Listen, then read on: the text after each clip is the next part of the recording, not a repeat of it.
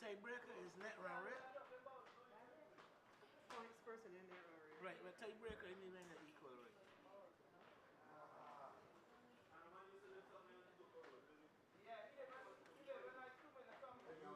Yeah, man.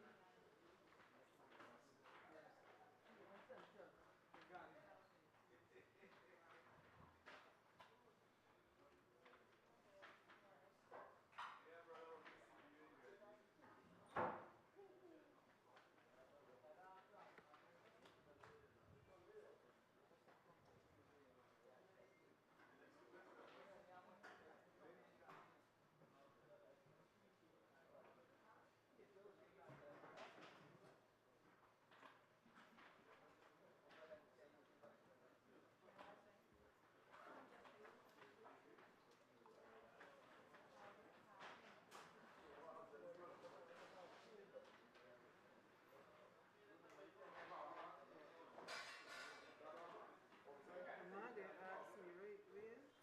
So we could play cricket for the We could play cricket for Oh, we could play cricket for the I said every other sport is played for the Friday though. Horrific games is the kind of for Friday. What will happen? We so freaking religious. We can't do that. Nah, that's one past every since. That used to happen a long time ago. Why are you saying here, Kim, when I just got 3 games? Because they kind of sharp there. Alright, no problem. That ain't important. That ain't important.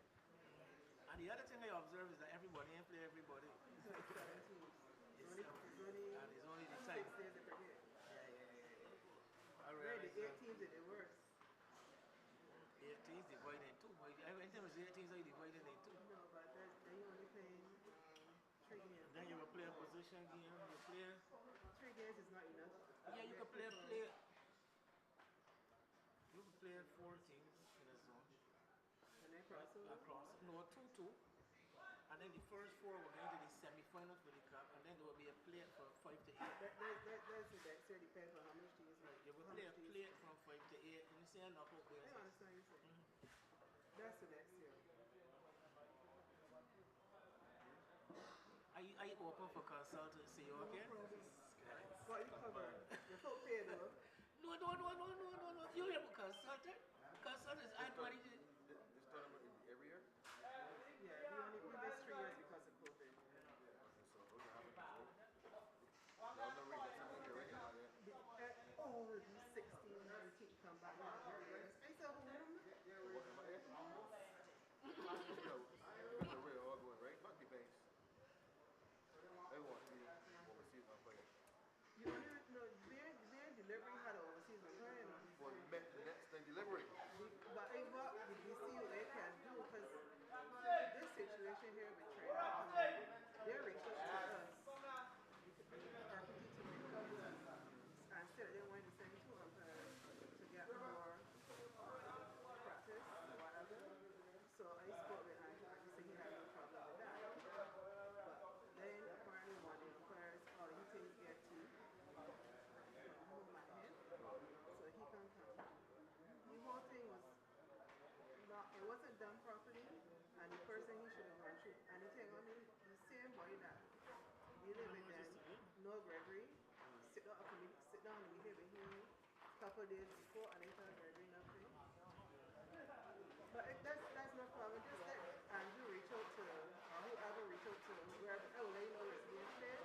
Reach out to them and see that we want to set it up fair. But it knows it's at one expense. That was everybody?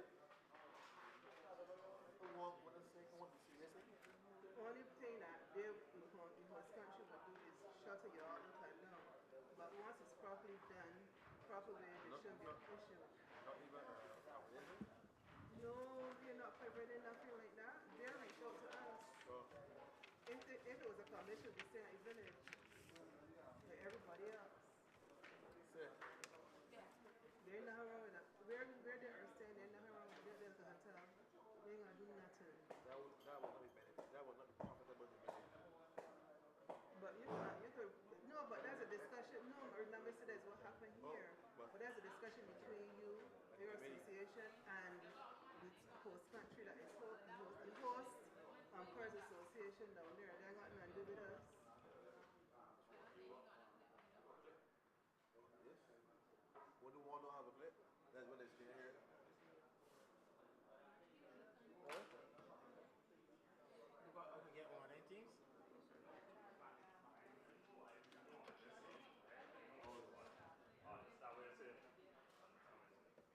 Board.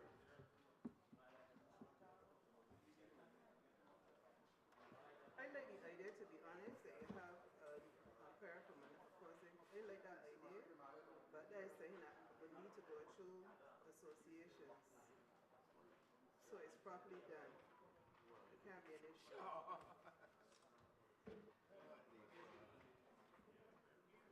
Gentlemen and ladies, when I receive the stream, I will send it out to everybody, okay? Thank you. Happy birthday. Stop asking me for a live stream. Shit.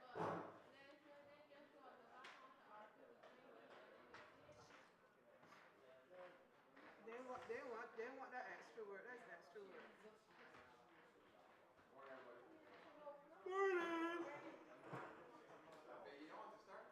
Yeah, man. You don't bring breakfast to me? Bring breakfast with veggies now? No, no, no. You come and smell that veggies, boy.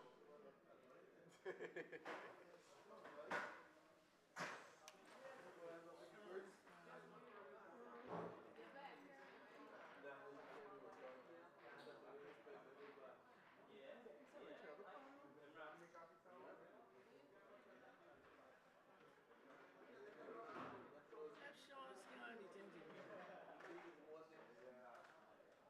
Huh? That Sean Scotty things in here. Supposed to come up from my boss, huh? We do know. So when I do call me saying that I do. We do. He sent it to me already. He scanned it from my phone. Huh? Baby, tell me we should have you will have it now.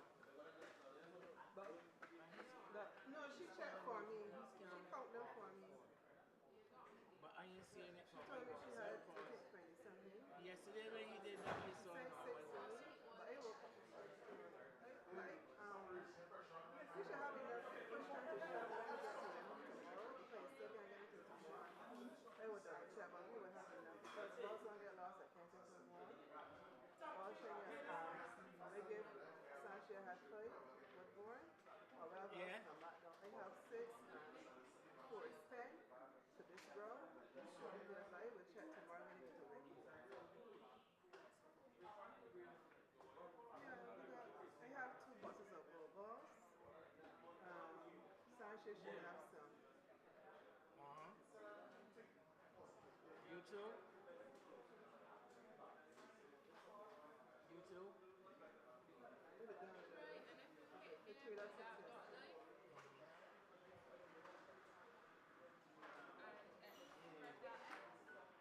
This? Something like that.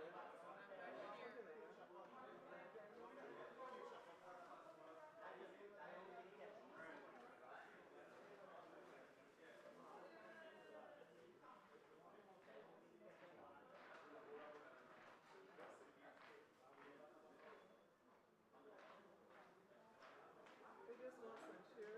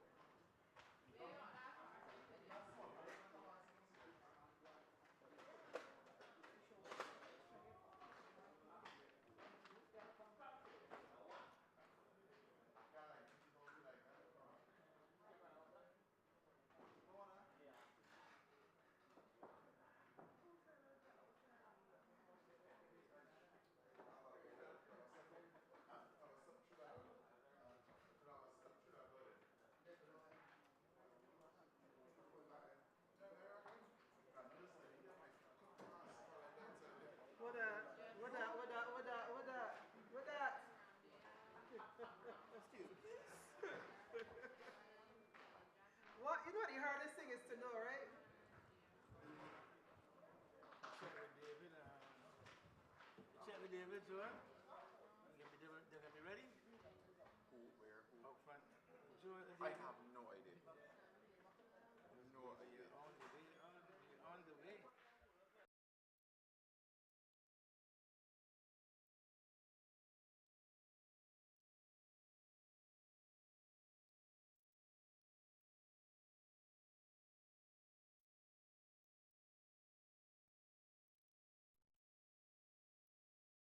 There before you to send me a live stream link. That, Technology do a lot of things here. You can imagine. I get to like this before, yeah? Technology really is wonderful. I should have tell it. I should have given it credit. I don't want you to have the credit, no, man.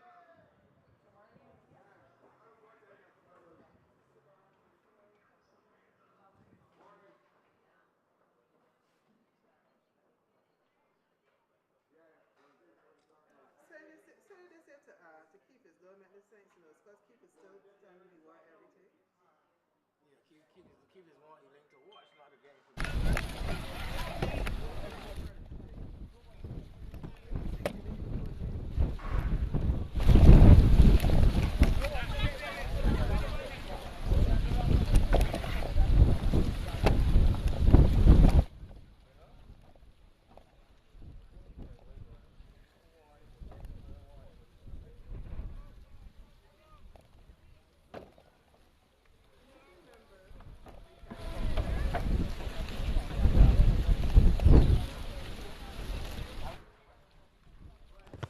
Oh shit, I left my hat in the bar in the car. That's it.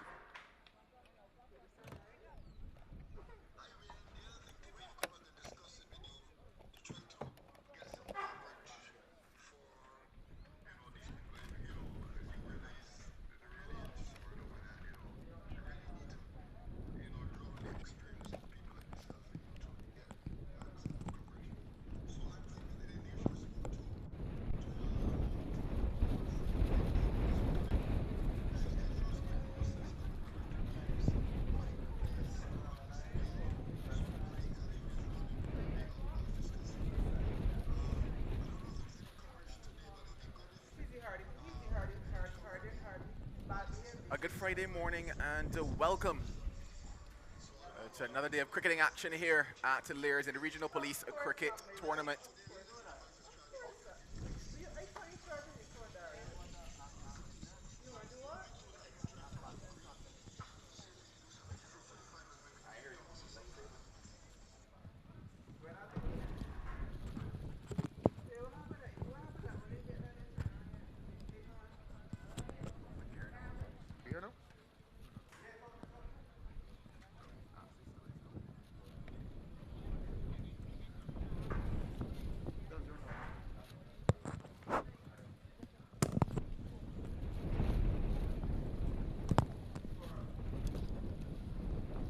A good Friday morning to everyone and welcome to another day of cricketing action here at Lears. It is the Regional Police Cricket Tournament and we're getting down to the final stages of the round robin section of it. This morning it's the turn of Trinidad and Tobago. They're taking on the British Virgin Islands and it's certainly setting up to be another day, a double header of wonderful cricket action.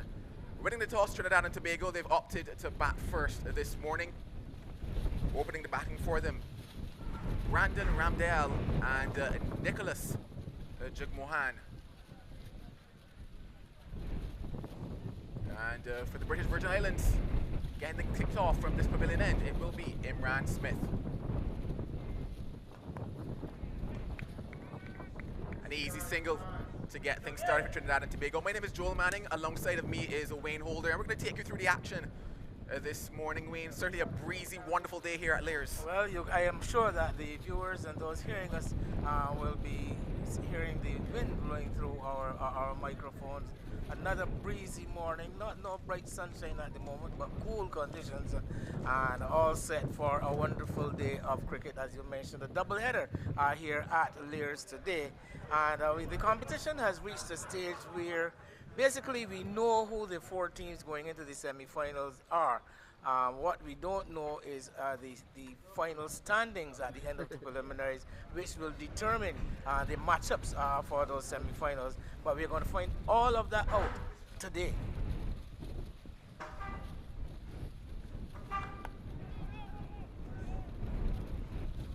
Well, So- certainly everything gearing up for that semi-final that you talked about going down tomorrow, Saturday, to Weymouth.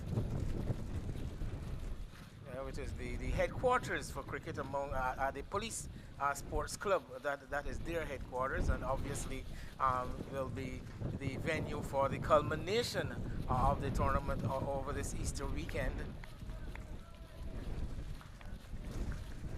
Trinidad and Tobago winning the toss and electing to bat.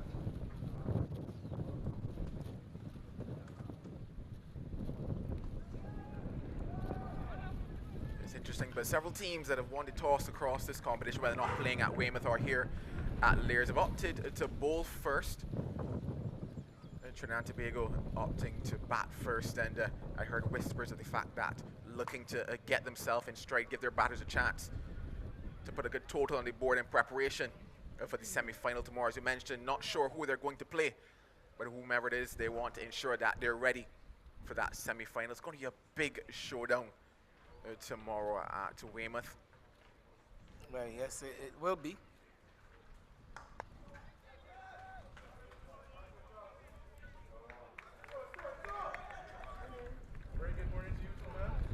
Pretty comfortable win yesterday for Trinidad and Tobago versus Cayman Islands.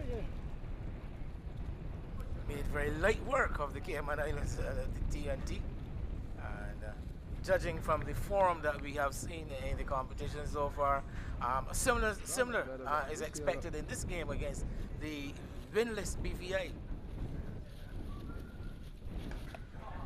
That one's gone with the wind, and that's going to be the first maximum of this innings. Well, you're talking movies, Joel, when you talk of Gone with the Wind, but yes, hitting to the side, helped by the breeze, anything hit to the western side of the ground, and a short, innocuous delivery from Smith, and the right-handed batsman just helping himself to a maximum, so we got the first boundary of the morning's play.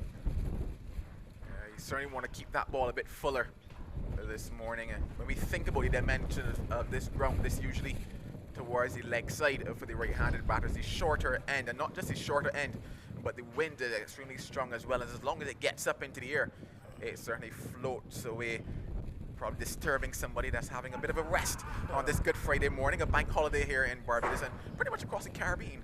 Yeah, normally a very quiet day in Barbados, but because of this tournament, this neighborhood, the Lears, Bibby's Lane neighborhood, are going to actually encounter some activity, quite a lot of activity for the next 6-7 hours or so. Pretty much, I can see somebody attempting to retrieve that ball, probably having to say hi, good morning. May come inside. Do you have any dogs around?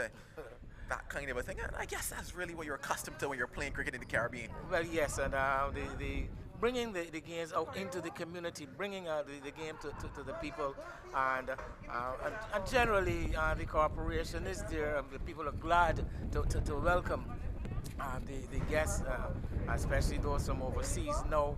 But this vicinity has been a cricket area for quite a few years, for decades now, I would have to say. And just waking up the sleepy Good Friday morning. Waking it up, indeed. You might have to get another ball at some point. If I may take this opportunity, Joel, to call up, see if I can run through the teams for today. The Trinidad and Tobago team with Justin Joseph, the captain. Then we have Brandon Ramdial and Imran Hussain. There is Nicholas Jugmahan, the wicketkeeper. James Wright, Mike Riley, Damian Brown, Lendl Simmons, the former West Indies opening bat, and Kyle Rupchand making up that 11 for Trinidad and Tobago. And I'll get the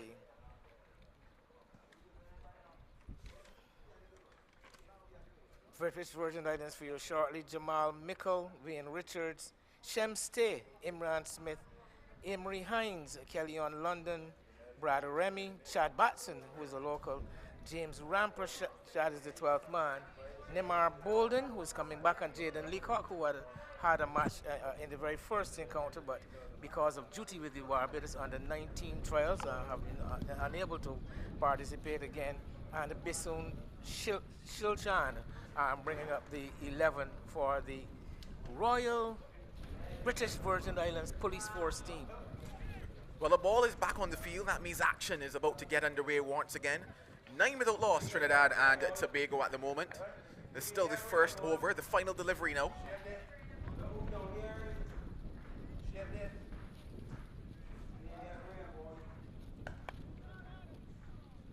It closes out with a dot ball. So at the end of one, it's 9 without loss. Well, yes, and the Trinidadians off to a brisk beginning.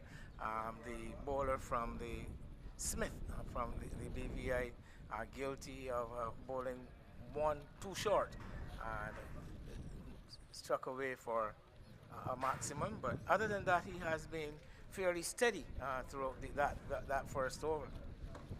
BVI, their final game in this tournament, gone winless, but still a couple positives for them across the matches that they've played. We look back to the one versus Grenada, and they managed to get themselves down to what would have been the final over of the game. At one stage you thought that they would have bowled out quite early, but building a partnership in the end and getting down to what would have been over number 20 in this match. Obviously the odds are stacked against them. You look at the experience in the side of Trinidad and Tobago. A couple of guys have gone on to play at what would have been the highest level, at least one of them in Lendl Simmons. The others certainly have the experience, and Trinidad is a rich cricketing nation and one with a lot of history behind it. So in terms of the odds, they're stacked against the British Virgin Islands, and you would tell yourself that they probably might not come out the victors here, but still can take some heart and some pride from a good performance here today, possibly being able to string together some good deliveries and really restrict Trinidad and Tobago quite early this morning. Well, it's a learning experience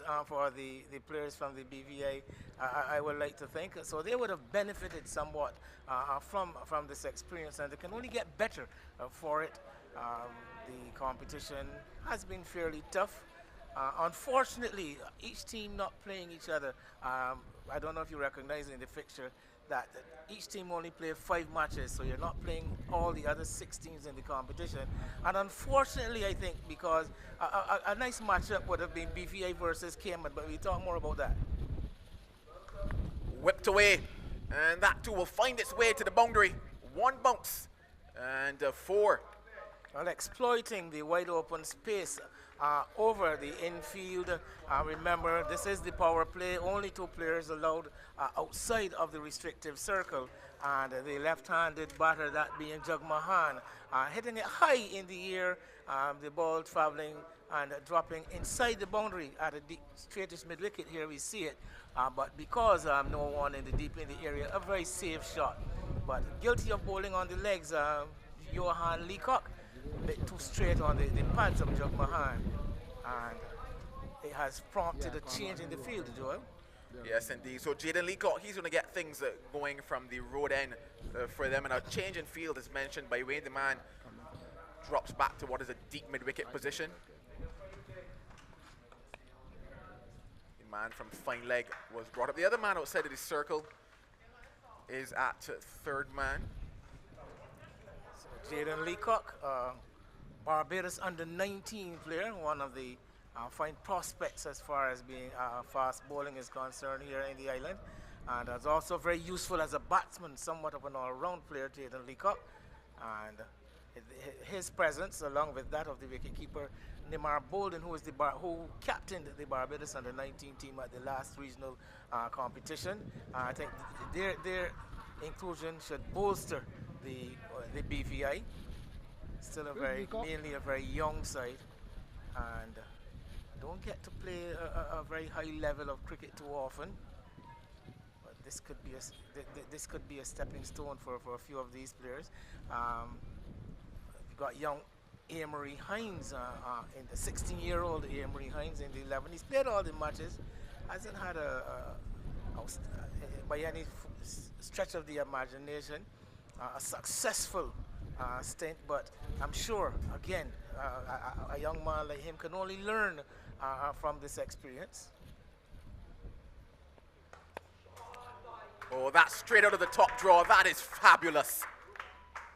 Gone searching, Leacock coming a bit too far up to the right-handed Ramdial and easily stroking it back along the bowler. Not a very high back lift, just coming onto the front foot and stroking the delivery. No violence whatsoever in that shot. Fitting of a good Friday morning. Leacock pitching up on the off stump and the batter just easing onto the front foot and helping it back past the bowler, stroking it sweetly back past the bowler.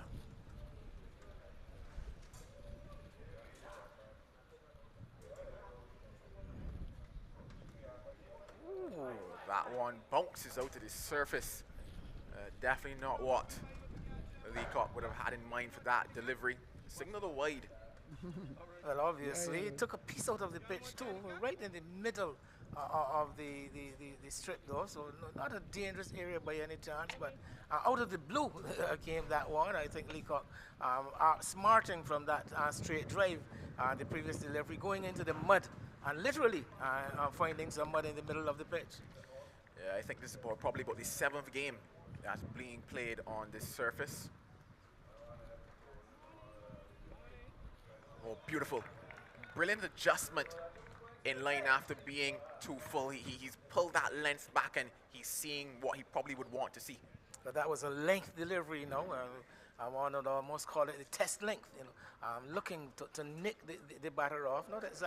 Not pitched up close enough to the stumps that it can challenge the top of the off stump, which would be the ideal. But looking for that nick through to the keeper or into the slips.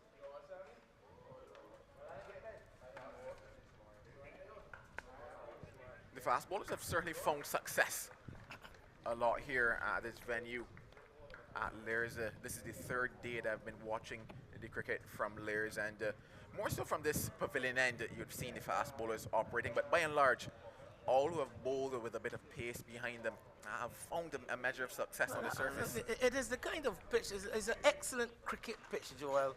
You know, batsmen will appreciate the fact that the ball comes onto the bat, you can trust the bounce.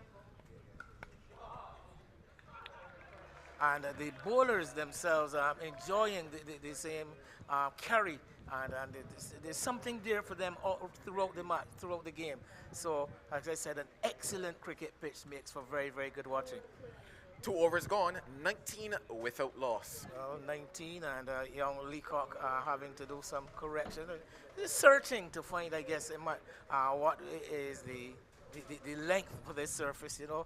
I have been told by the expert coaches, bowling coaches in particular, that every cricket pitch has its perfect length, and it is always within the ambit of the bowler to find out, to assess as early as possible what is the right length to bowl on each particular pitch. And I think that first over from Leacock would have given him an idea of where he wants to be for the rest of his spell.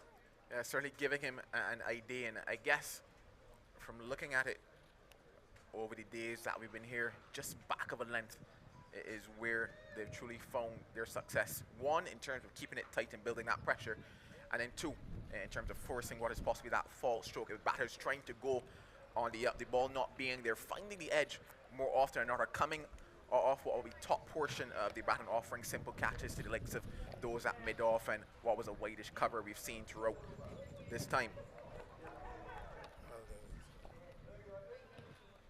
Going to be Smith to continue. The keeper comes up to the stumps, and that probably presents a different challenge to the batter, having to be anchored in the crease. You know, occasionally a couple of them, especially to bowlers who it is deemed as medium pacers, like to just get a step or two outside of the crease.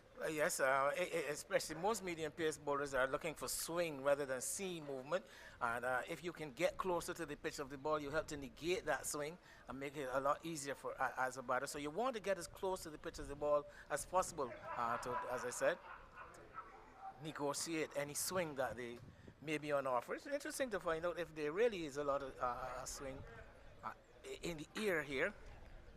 We haven't seen much swing for the morning, but still early going. We're just into over number 3. Well, there's always the breeze. I think that is going to have an effect no matter what. So the right-arm bowler from this northern end should find the ball drifting in towards the right-handed batter. I just want to say Drops just short of mid-wicket. Short mid-wicket there. Probably thought for a moment that would have been the first wicket of the day. Well, no, well, like I said, dropping definitely in front. Traveling in the air for a while. Young Hines did well though to stay with it, get behind it, took a knock on the body, but saved the run, or any other runs that were possible. Good work skipping down the leg side by the keeper. Yes, young Neymar Bolden now playing with the Wildy side. I guess this is some practice for him as the preparations for the regional under 19 competition have started here in Barbados. We had a couple of trial matches over the past week, and I think there's some another one coming next week.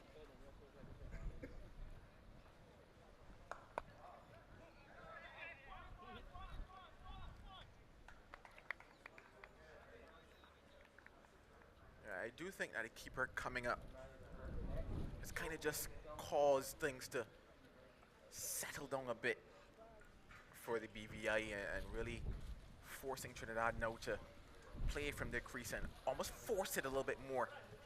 And as a keeper coming up to the wicket, you also need the cooperation of the bowler because you want him to maintain that kind of length and line to not to make your job too difficult.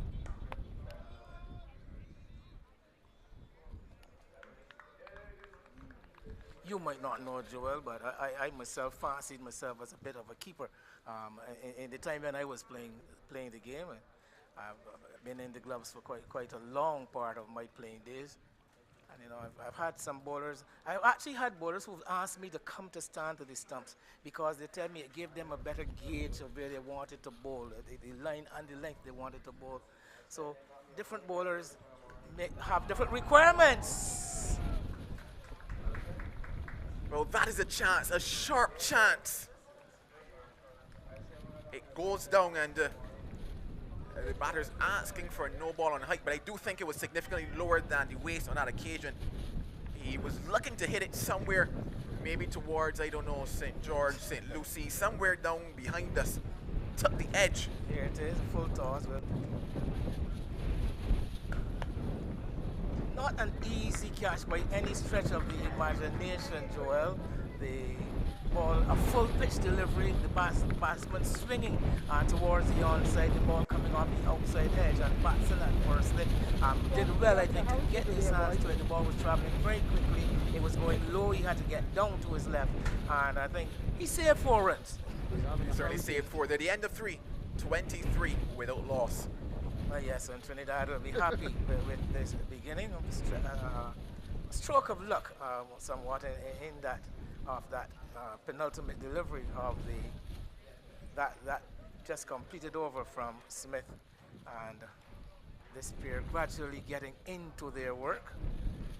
And the BVI looking to break this partnership. They'll be looking to Leacock, who is actually will be seen as a strike bowler, looking to get wickets with the new ball in his early spell. And it's always good to get wickets in the power play for a fielding side, because the more wickets in hand once that power play finishes presents a cushion, a timely cushion for the batting side.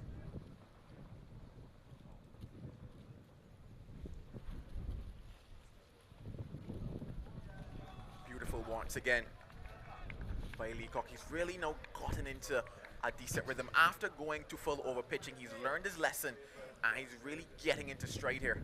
And he's also around the wicket to the left-hander, so that ball going past the outside edge suggests to me that he's been able to get that ball to straighten from the angle of bowling around the wicket to the left-hander.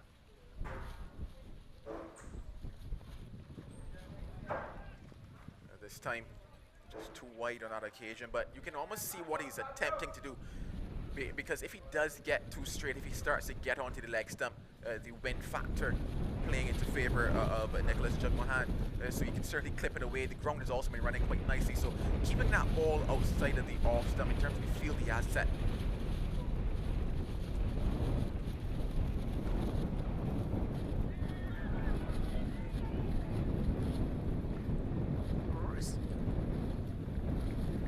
Risky single, I thought. The ball traveling straight to the fielder.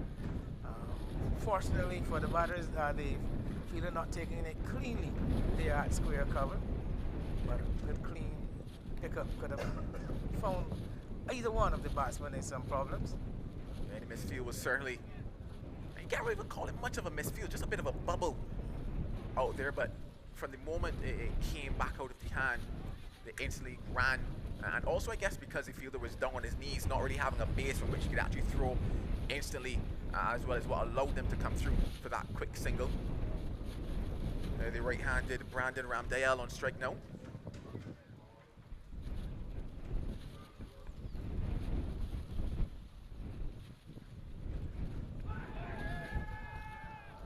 Height certainly in question there. But it's interesting to note that in the previous over, the man was sweeping on the cover boundary for the right-handed Ramdale. He came in, and it also speaks to the pressure that BVI are looking to apply. Obviously, Trinidad, yes, 26 without loss. You would tell yourself they haven't gone off the flyer here.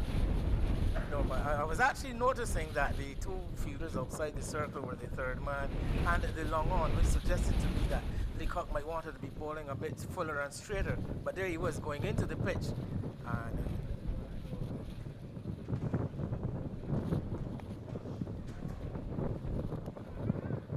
we talked about what could happen if he gets a bit too straight onto the pads, not really paying on that occasion. Also, the field set quite well for that as well. Well, fortunately for him, he's now got that man at that deep mid-wicket position. Previously, that would have easily run into the boundary. So we go back to the right-hander on strike. The long on goes back in place. The field on the offside, all inside the circle. Well, that's a good-looking shot. He will have the legs to run away as well. So another boundary for Ramdayal. Not very smart work, I must say, by Leacock, because as I explained, he's got some 6 fielders in the offside, and 4 men saving one from mid-off at a backward point. Only the 3 fielders on the onside, and there he goes with a short delivery, angling into the batsman.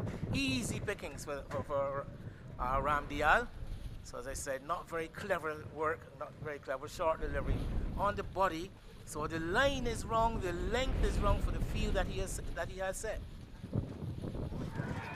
Finds the edge, but does not find success. Instead, it's back-to-back boundaries. Well, the ball falling, I believe, in front of the keeper, diving wide away to his right Bolden, and traveling between the keeper and the first slip down to the third man boundary for 4. So unfortunate for Leacock, a moral victory, but no cigar for him.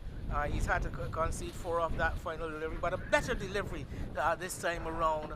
A beautiful delivery, actually, one starting around middle stump and seaming away from the right-handed Ramdale, actually squaring the batsman up and getting that outside edge, but falling wide of the keeper, and I believe it fell in front of him too. 12 runs from that over. After 4, 35 without loss. Well, the PVI still seeking that first wicket. There has been something there for the bowlers, though. We saw that ball that bounced disconcertingly from Leacock somewhat earlier, and we've also seen him able to get the ball to move off the straight once pitching. So there's something there for the seam bowlers once they can find that seam. And I think if anything, the bowlers from the BVI have been a bit inconsistent in their lengths and also their lines. Yeah, certainly some deliveries have been exactly spot on in terms of what they're looking for this morning, but then just guilty of sliding into one bad ball, and Trinidad and Tobago have certainly capitalized on that. There's going to be a change of bowling from the pavilion end. It's going to be Kelly on London. Still seam, keeper still stays up to the stump. We're still in the power play, a man out at cover on the boundary and a man at the long off, 2 men out for this over.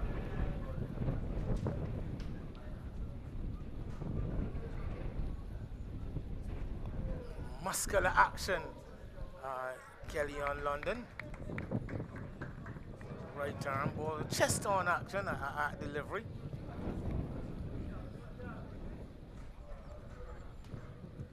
The pace factor, I do believe, would have tricked Jagmahan on that particular occasion. He got there before the ball was there. A little bit slower in pace is London.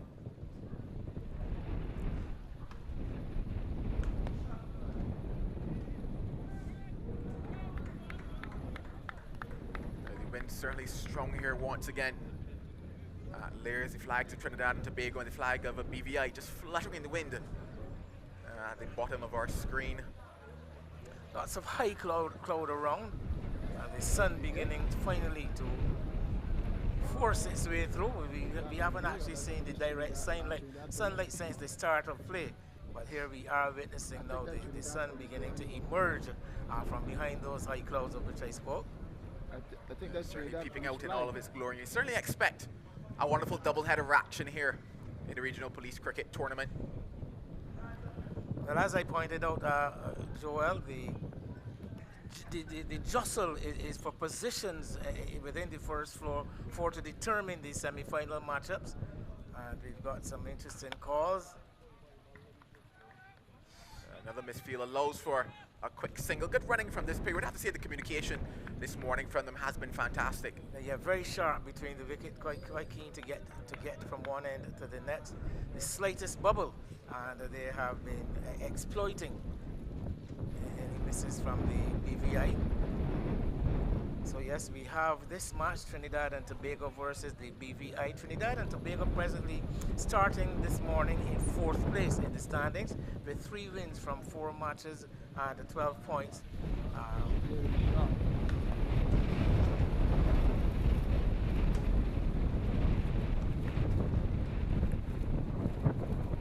3 teams coming into the day's action on 12 points each. Grenada, Barbados and Trinidad and Tobago. But Trinidad and Tobago having the poor net run rate, inferior net run rate to the other 2. So that places them at number 4. The BVI are out of the running altogether.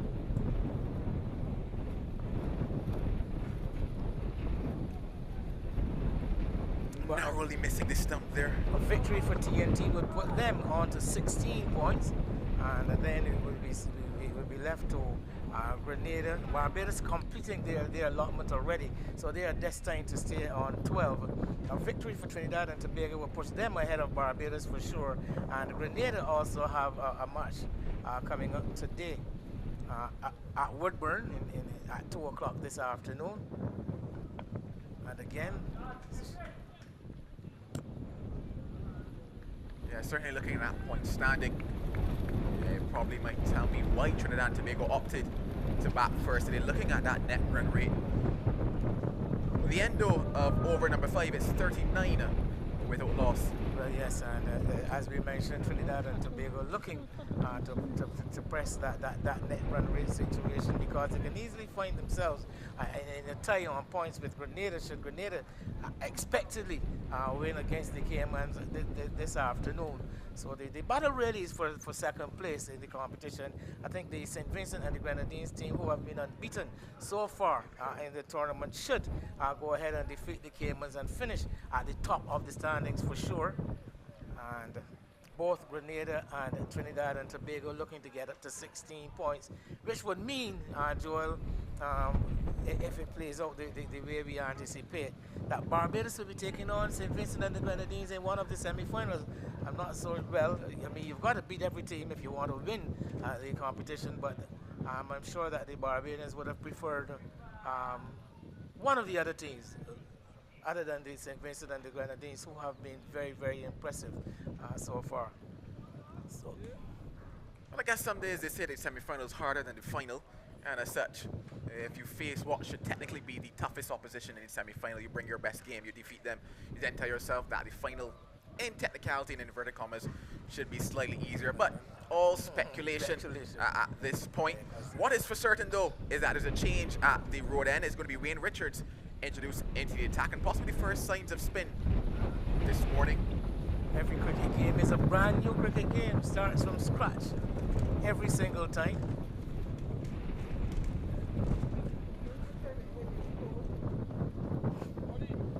Nice breezy conditions, cool conditions. That should travel the distance. The umpire stretches his arms. Yep, that's 6 more. Well, just easing onto the front foot once again. Ram Dial gets from the off spinner one, floated upon the off stump, and quite gently. This guy Ram Dial, though, just concentrates on stroking the ball. Here he is, just easily into the shot and hitting it over the mid-off position, and the ball traveling all the way over the rope for the second 6-hit by Ramdial. Opting now to go through and around the wicket is Richards. And I saw him do this in that match that they played yesterday. Worked for him a little bit.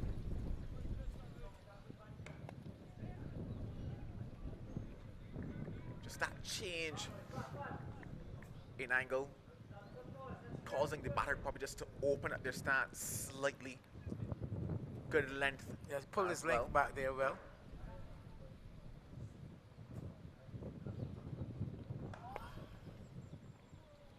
Brilliant work at mid-off, and a chance for a run out.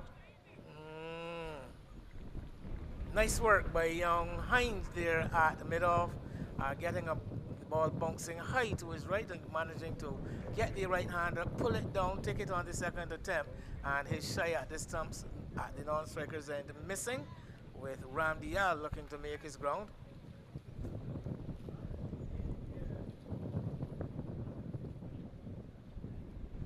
Still in the power play over. This is the final over of the power play. Trinidad and Tobago will be hoping to capitalize on the final 3 deliveries here. BVI, they'll be hoping to pick up their first wicket.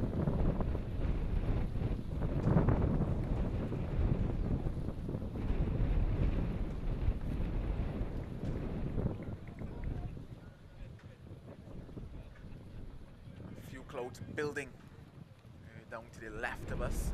We had a couple of sprinkles yesterday, no real interruptions to the cricket zone. We certainly hope that holds true for today as well. Bright sunshine at the moment, but yes, we do notice in the northeast some darkening of the skies. And that will be the first wicket. Success for BVI, success for Wayne Richards. Well, that move to come around the wicket, bowling between the umpire and the stumps, worked for him because he was able to bowl the ball a lot closer to Ramdial, cramping him for room. And this one, not quite to the pitch, look, going through with the drive and just offering a simple catch up to the fielder at mid-wicket, and just what they wanted. Here he is, the ball pitching around the leg stump, looking to whip it into the onside. Again, not to the pitch around the all, but still going through with a shot high to the right of the man coming around, and kept taking it in 2 hands. And some success, some joy finally for the BVI, getting rid of Ramdial, who had looked very dangerous.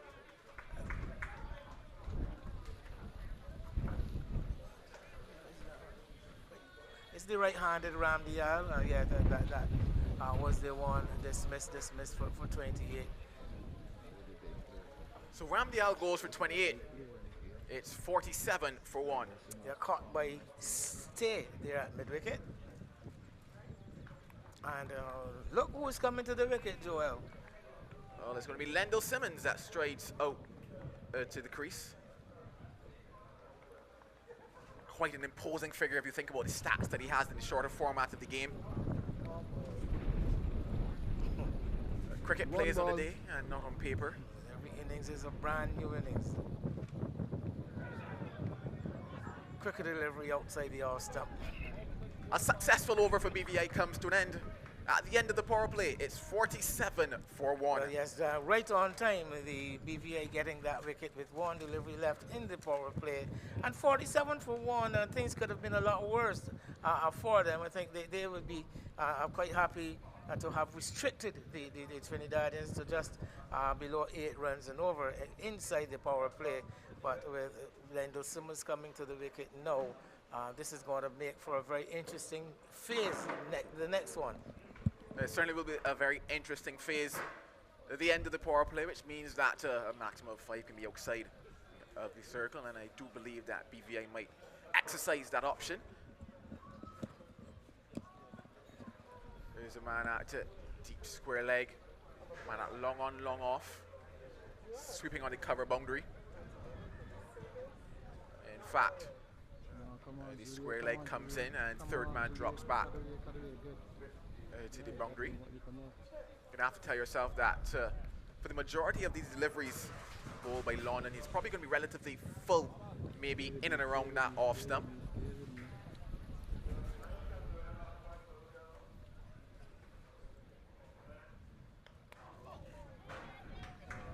Jug Mahan was the quiet partner in that opening stand with Ramdial. Certainly played his part in that partnership.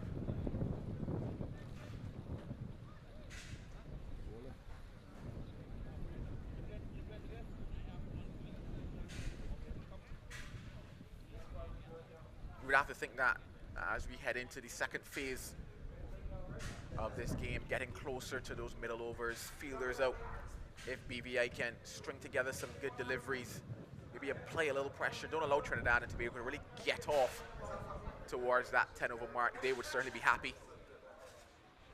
We look back at a couple of the games and the bowling certainly let them down because teams were able to pile on massive totals versus them. 300 with Grenada, 270 I believe with St. Vincent and the Grenadines. So for them I think that a plus will be if they can restrict Trinidad and Tobago to anything less than maybe a 180.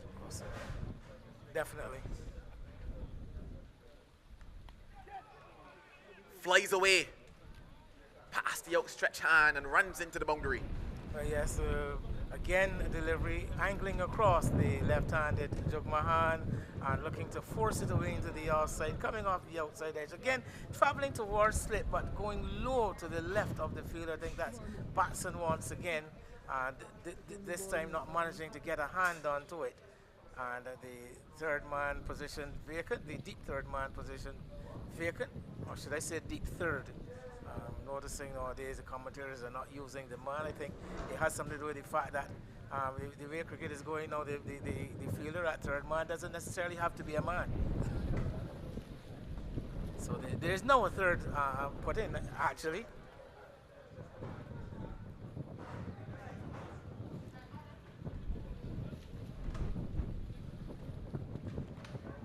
The possibility of a second wicket. It's taken on the second juggle. I guess poetic justice in the end.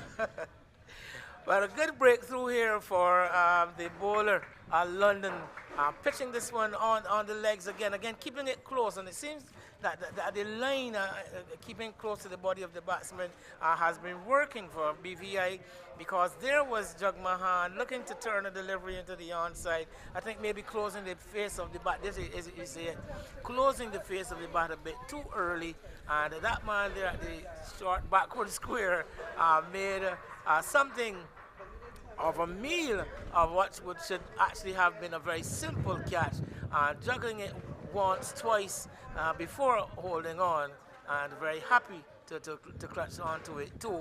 So both the Trinidad and Tobago openers gone, and I think a victory for young London picking up his first wicket. Headline reads, London strikes in Barbados. Good work for the BVI. They've picked up their second wicket. Jug Mahan, he has to go for 17. It's a 51 for 2. Well, they're back in it somewhat with two new batsmen at the crease. I did mention that it is always desirable to get a few wickets inside that power play, so as to stem the flow from the batting side, and they have delivered the two bowlers, Richards and London, for BVI. You'd also have to think that the wind factor played in to the two wickets that fell, also hitting into that strong breeze, because I would have to think that had it been the opposite end, those balls might have just dropped over the head of the fielders. But as long as the ball goes into the air towards what will be the left of the screen at the moment, you just see the ball holding up and just blowing back and favouring the fielders. But at the end there, you must still take your catches, and the BVI, they've done just that, putting themselves in a good position at the moment. Brilliant work by London, and brilliant work by the keeper. We talked about the keeper coming up to the stump and presenting a different challenge, and since he's been up at the stump, it's been good stuff from BVI.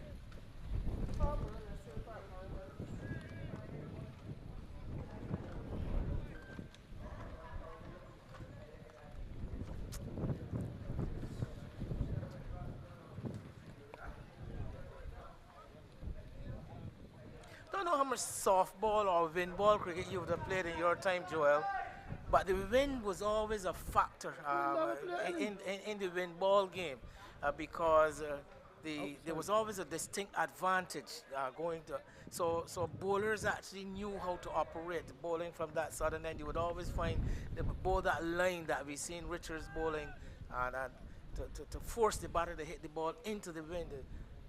And likewise, the batsmen favoring the side going with the wind. So a bit of that coming into play here, I'm noticing. You must forgive me, Joel. I'm of a completely different vintage to you. And so you must bear with me. And they say old men look back. Young people look to the future. Old men look to the past. So just bear with me. Well, the end of 7 is 53 for 2. Everyone, just humor me for a second. In my younger days, I too enjoyed a bit of the softball cricket, a couple tournaments that I would have played at YMPC as well. And I was always impressed with the skill of some of the older guys who were able to actually swing the ball, quote unquote, against the wind, and how the technique really came into play, and how you would see some standing on the boundary and waiting for the ball to blow back into the hand to take catches. It was there too that I was playing with Miguel Cummins, who went on to play for the West Indies, and it was actually through softball that he was discovered, because they realized this guy could bowl a wind ball fast, so maybe he could do it with a cricket ball as well. Okay, well, yeah, that was very prevalent in my time. A lot of players came into to cricket via the softball cricket rope. Sometimes wonder what could have been if we had been able to maintain interest in that version of the game. Softball cricket certainly developed a different type of skill set, a different type of patience as well in batters, and a situational understanding as well in terms of when to go, when not to, that kind of stuff. Well, it'll be Richards to continue. He's into his second over.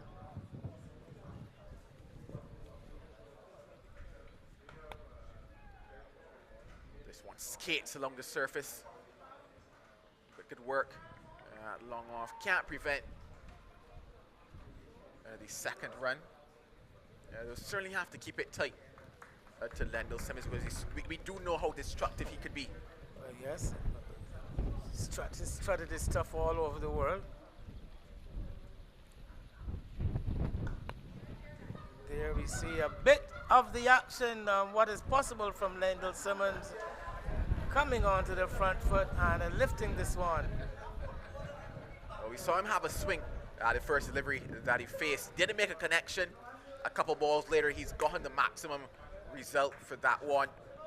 You would have to say that it was more so power in that one, dragging it from just around what would have been maybe off, just around outside off. Goes again.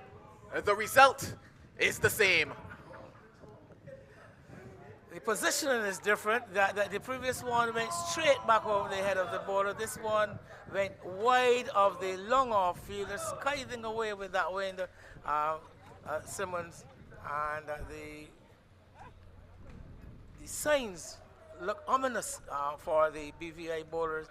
Richards bowling from that particular end. Again, he's around the wicket, but he's given Simmons some room outside that off stump, and you don't want to give him his hands. Those quick hands are coming into play, and just easily dispatching that ball over the long off, well away from the long off fielder, and into the roadway at the southern end of the ground.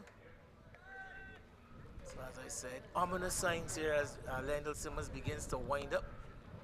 Yeah, he's certainly not going to want to toss too many to Lendl Simmons. Probably flatter through the air is the best chance he might have.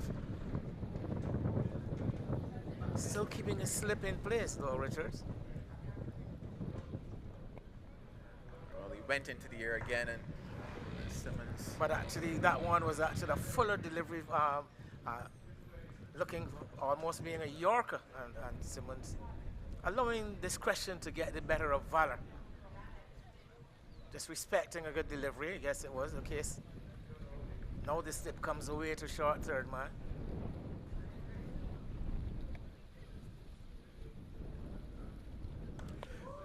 Make that a triple treat. trimming some of the leaves of the mahogany trees at the southern end. That one went high, almost over the trees. Again, another one going straight down the ground, just the right length for Lendl Simmons. Just getting onto that front foot, waiting for the ball to come down, and just belting it straight back over the head of the bowler.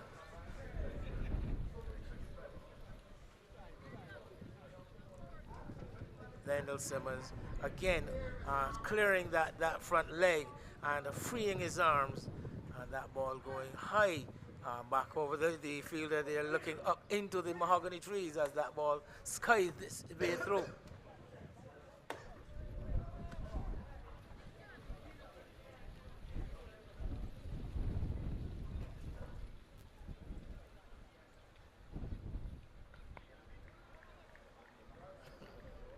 Well, a quiet end to what has been an exciting over. 20 runs from it at the end of 8, 73 for 2. Well, yes, I think Richard's learning his lesson, and a lot flatter and a bit faster. And Simmons not having that space to play with, either with his hands or with his hands that actually. And again, he has been rather discreet in his short play. He's either been blocked or 6 in that previous over. So respecting the good ones and getting rid of the anything offline. As long as he's at the crease, I guarantee you it will be entertainment either way. Rate of 9.13 runs per over. The Trinidadians and Tobagonians, I'm reminded, have managed to achieve. London to continue.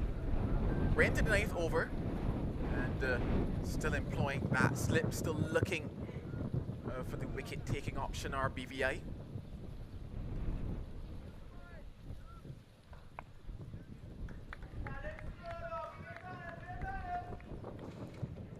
Kyle Rukshan, a tall right-hander, has been rather anonymous since coming to the wicket, with Lendl Simmons, the dominant partner.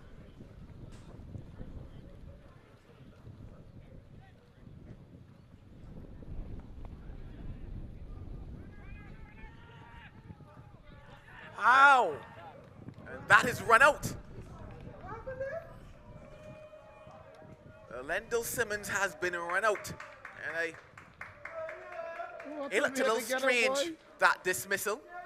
That is sad, It's almost as if Simmons are recognizing that he would have been gone and giving up. And I thought it, as you said, rather strange because the throw was not the best. It actually was a very quick flat throw that pitched before getting to the keeper. And but Simmons actually realizing that he was that far out of his ground and that once the keeper took it, he would have been dismissed. But a fortuitous swing of events for the BVI, Joel, and we see this one played into the offside. The batsman Rukshan taking off for the single. It is Jaden Leacock there in the covers, picking up and quickly whipping his return into the keeper. A very good take by Bolden, I thought, too, because that was not the easiest of returns to take. But excellent work by the Barbadian pair of youth players and getting rid of the very dangerous Lendl Simmons. And the sun shining surely on the BVI. It's certainly shining on them in all of its glory. That one coming against the run of play, you would have to say.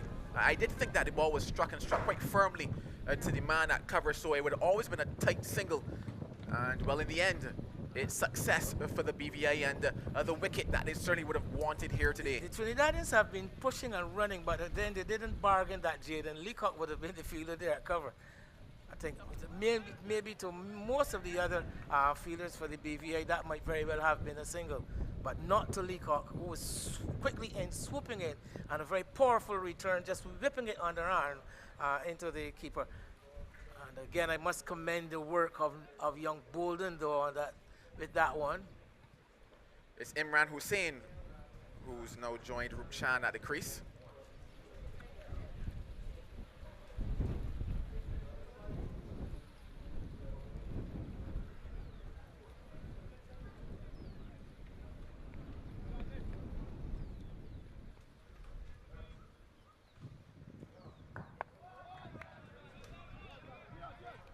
Once again, a little bit of indecision and decisive nature, mix up in communication. So a bit of buoyancy also in the BVI fielders. You can see they're on their toes, cock-a-hoop.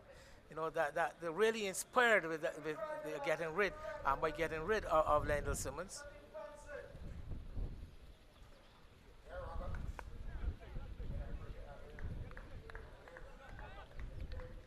It's the last game for them. They've not won any so far in this tournament. We do have to tell yourself that there's simply nothing to lose here today and everything to play for. Nobody expects them to come out on the W side of this encounter, but cricket is a game of glorious uncertainties. Could very well represent a banana peel for the Trinidadians.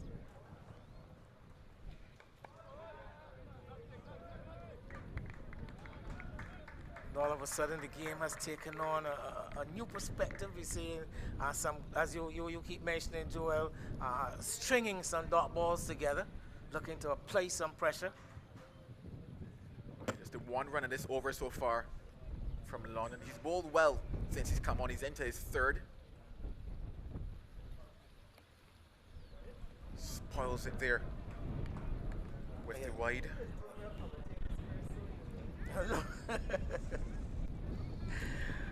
London has been one of the standout players, I would have to say, for the BVI. He did catch my eye the couple of games that I saw them play. One of the better players in this side, particularly with his bowling.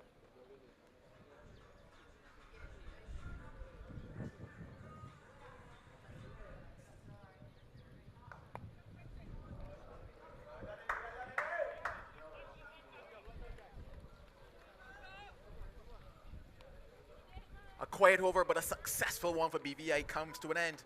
9 gone, it's 76 for 3. Oh, yes, good work there by Killian London, capitalizing on having gotten rid of Lendl Simmons in the previous over. Another new batter coming to the wicket.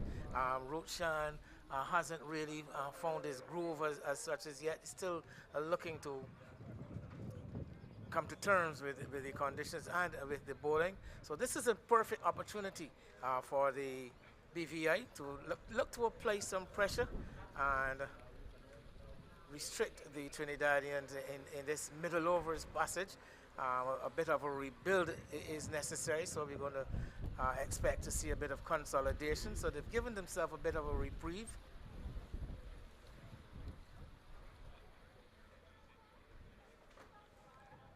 Going to be Richards to continue. You probably would expect that, given that Lendl Simmons is back in the hut. Deep mid-wicket in place up there on that far side. Very key fielder, I think. Most batters that have gone to that far side have struggled to clear the boundary. We talk about the fact that that wind factor, that fan almost that takes the ball and blows it back into the ground has worked against many batters going towards that end.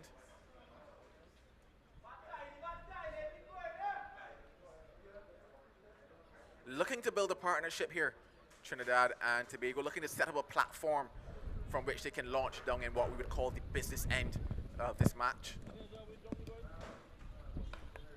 Goes into the fan, and he perishes. 4 down now, and Trinidad and Tobago in a spot of bother. Call it premonition, whatever you may call it.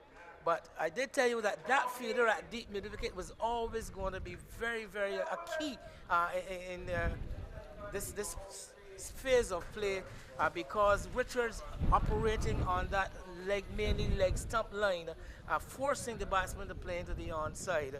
And there was Ruchan falling into the trap, hitting it high into the air, the wind holding it up and allowing Leacock enough time to come around, wait for the ball to fall into his hands.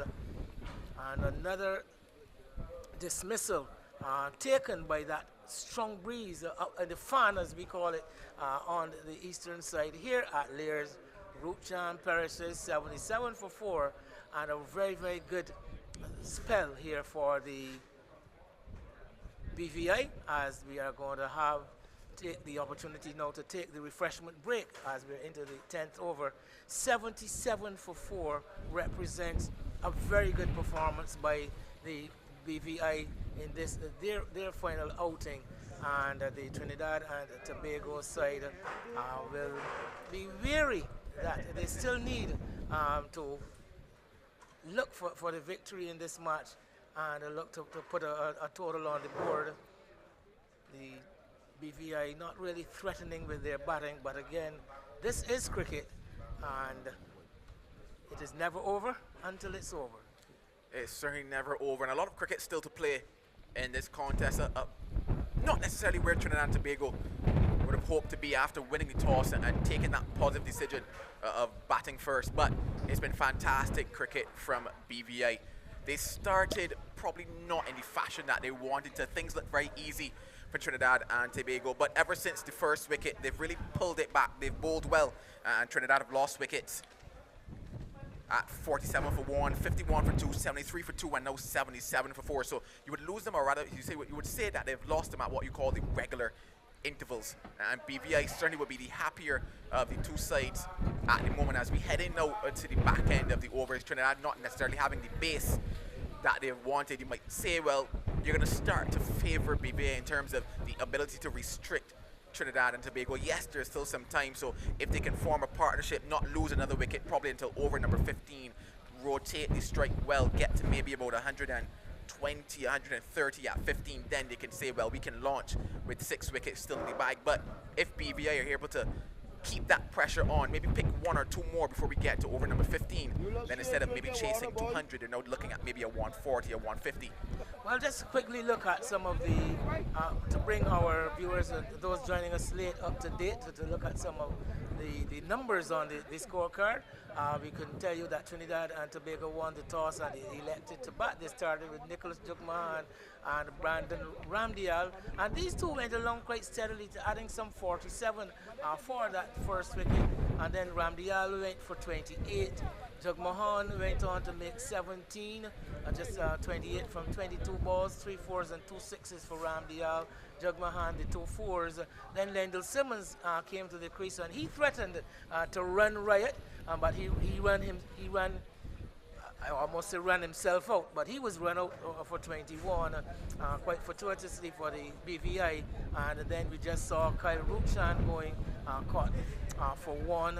At the moment, Imran Hussain is there on 2, and he will be joined by Darius Besai when the game resumes. And quickly, some bowling figures for the BVI. Imran Smith, 2 overs for 11. Jade coming for a bit of a slight caning from Lendl Simmons, but has weathered the storm well.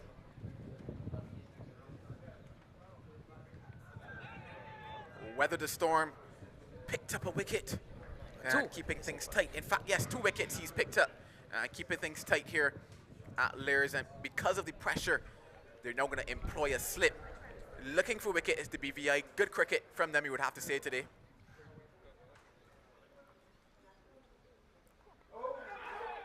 And he's bowled him. Richards strikes again. It's all BVI here at Lairs. There they go in a huddle congratulating each other because they have certainly surprised all of us here, and I dare say may even be surprising themselves. Richards right arm around the wicket, the delivery pitching just around the middle and off. Someone slided the batter, choosing to go onto the back foot, and that one sliding through off the pitch. I think beaten for pace somewhat, and beaten because he misread the length of that delivery and had the ball taking the top of the middle and off stumps. And now BVI deep into the batting of the Trinidad and Tobago side, who would have come here very much overwhelming favorites. They still may very well be the overwhelming favorites, but BVI having their best day of the tournament, or their best session of the tournament so far. Certainly their best start, you could say. 77 for 5. You probably might think that in the moment Trinidad and Tobago are a little stunned with the scorecard at the moment, but kudos to the British Virgin Islands. They've done well. They've done what they've come all the way to Barbados to do, put on a good show and have fun. They're certainly smiling out there in the sun. I was going to say Sunday sun, but it's actually Friday sun. Friday sun. Getting ahead of myself. Well, yes, it's looking like a Sunday. Everything indicates a Sunday, right? So easy like Sunday morning, but it is a Friday. Bear with me for a second. I dare say it's a Good Friday for BVI.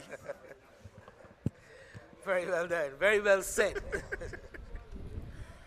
Well, the new batter is Kyle Jatan, and he has come to weather the storm.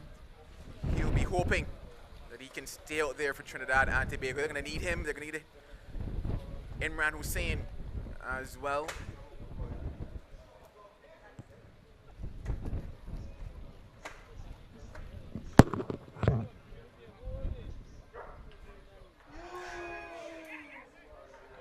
Nearly another one.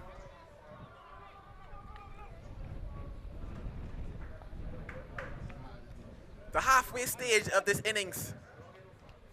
Looking a little shaky for Trinidad and Tobago after 10.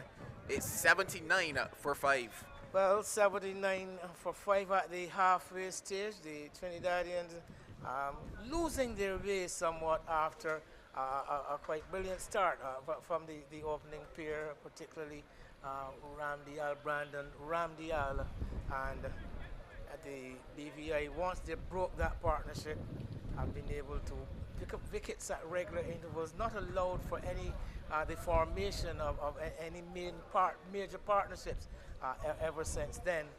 And I think that has been the key. The Trinidadians have not been able to build partnerships. They certainly haven't. And London, he's going to complete his spell here. But that's the end of my stint for now. I'm going to make room now for Andrew Mason to join you. Well, as London is getting this one appeal for leg before wicket. I think that one might very well have taken the bat before going on to the pad. The ball ending up along the ground into the first step area. But really, the BVI, this guy London though, I think he has been the catalyst. He has been the one to apply the most pressure. Richards has actually benefited from the pressure that London has been able to apply. Richards has been getting the wickets, but I think London has been the man, as we say. Good morning to Andrew Mason. Good morning. I wonder if he got any bat into that, because if he didn't, it looked pretty plumb to me. Here we go, ball down the leg side. Keeper looks good as well. Wide call by the umpire. But this is a good performance from the BVI, Trinidad and Tobago. 77 for 5, losing Lendl Simmons. A major disappointment for those who would have turned out. He played on two lovely shots and then was run out. And that would have been a big disappointment for Trinidad and Tobago. But of course, it would have excited their taste buds in relation to the BVI.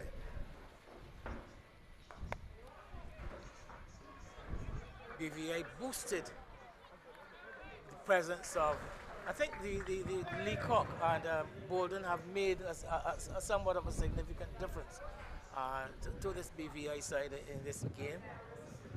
Yeah, you're right. Two young cricketers. Of course, Bolden, the under-19 captain. And of course, Leacock would have played with him, both from Combermere. And I'll tell you, I understand they're good friends as well. And it's good to see that in this tournament that there's an injection of young cricketers. I think that's a good move. There's a story surrounding the young Hines, the 16-year-old playing for the BVI, Andrew. I don't know you're aware, he's actually Barbadian born. Yeah, he is, yeah. Where he would have gone to school at the Eden Lodge Primary, Wilkie Cumberbatch and Combermere. Yes, he left Barbados. His mum, who is an attorney, is working in the BVI. So she's had to move her family over to the BVI. So he's now here going to school, as we described. Yeah, that's turned away. London off target. That's going to go down to fine leg for 4. In fact, I met his grandmother. Yes, he's actually at the ground, and she was a bit disappointed when he got out. Was it yesterday? Yeah, I think he played yesterday. Yeah, yes, he got out. They played yesterday morning. But you know, she was telling me about the stories of taking him to Kensington Oval and all that. Wonderful lady. Grandma is here watching. He's young actually Hines? expressed an interest in coming back in the summer. Young Hines, there he is. Yep. He's actually expressed an interest in coming back in the summer to try out for the Barbados under 17 Oh, team. okay. So his dad, Roger, a very good friend of mine out of my home area, the Spooner Hill. Okay. I think he's related some to David Harris, our big Okay, good old David. What's become of David Harris? He is Haven't seen him in a while. he's still around, Still around. from what I've been told. I haven't seen him myself either. Yeah. So But yeah, so young Hines was involved at the age group level in Barbados before he actually had to move to the BVI. yeah, he's got lots of support in Barbados. Stanley's family's here. And let's wish him well. This has been a good show by his side so far. London has bowled well generally. And Simmons making 21 from just 8 balls. Smith his 3 sixes, and people were just gathering to see him. But he got out, unfortunately run out. And Bolden was the fielder. I know that ball is picked up by the man we've been talking so much about, young Hines. It's interesting to note that the Trinidad and Tobago, as I said, in 4th place. I think it would be fair to say that most teams will want to avoid St. Vincent and the Grenadines. Yep. You're right.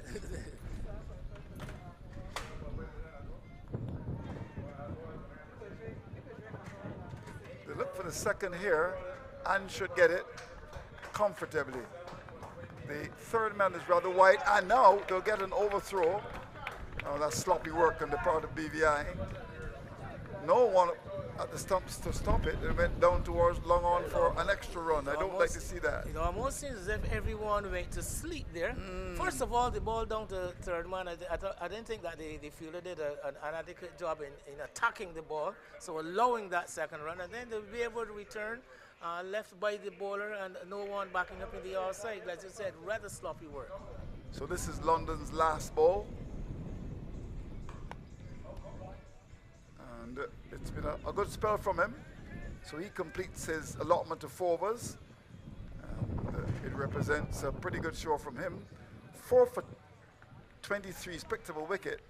And at the end of over number 11, Trinidad and Tobago, they're 89 for 5. Yes, London can be happy with his work. I think he can be proud of his work in this particular match, bowling his 4 overs on the trot, and leading the way for the BVI, keeping the Trinidadians a bit busy medium pacer he is.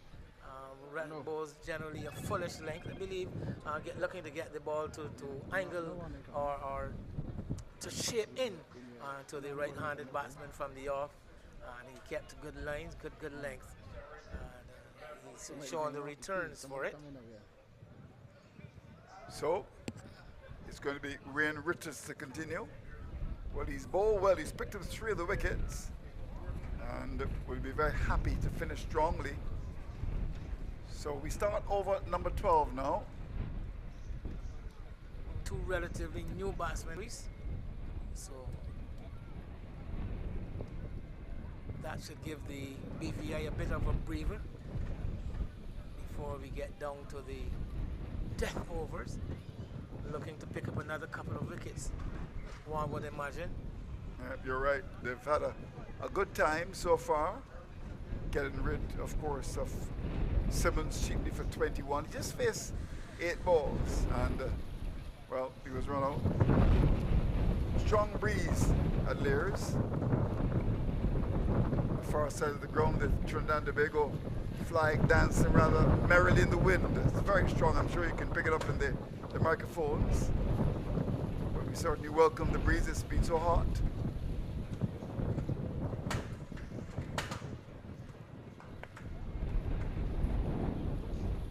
And that's gone up towards the wide long on area. That was hit powerfully. Long on couldn't get across. That's gone for 4. It was in there for a long time, but a good firm hit from Hossein. And it's now 95 for 3. That was hit powerfully. Well, yes, hit straight, or straightish, one would have to say, between that fielder at the short straight mid wicket and the long on. It's getting down on that one knee. So Imran Hossein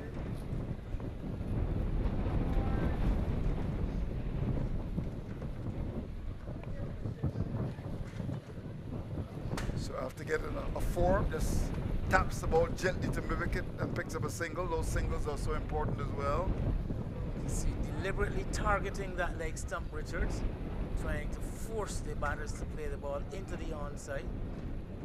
He's bowled well. He's gotten the wickets of Ramdial. He's gotten Luke Chan, and he's also gotten Desai as well. Looking for more. Well, now the matchup is going to change here, Andrew, because we've got the left-handed batsman hitting to the favorable area. And they've now put the wide long one in as well.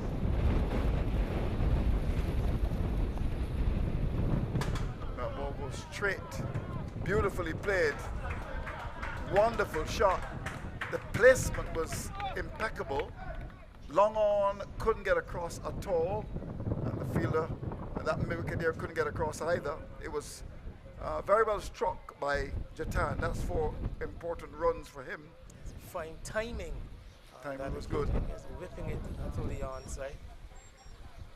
Again, not any great backlift, just coming down on the ball and working it with the wrist perfectly into that gap you described. Yeah, you're right. There we go.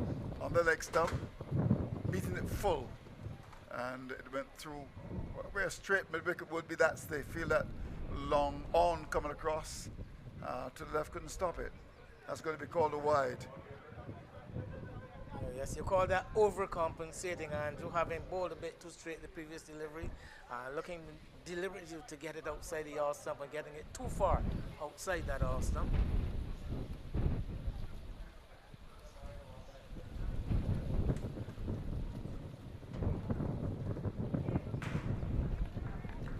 So they get another single. Maybe they feel that backward point is not tight enough. And in the end, they got the run. The 100 comes up, Andrew. Indeed, and it comes up in over number 12. A rate of 8.45, 78 deliveries, 8 4s and 5 6s. So thanks to our wonderful scores for providing that kind of information. So Richards with his last ball.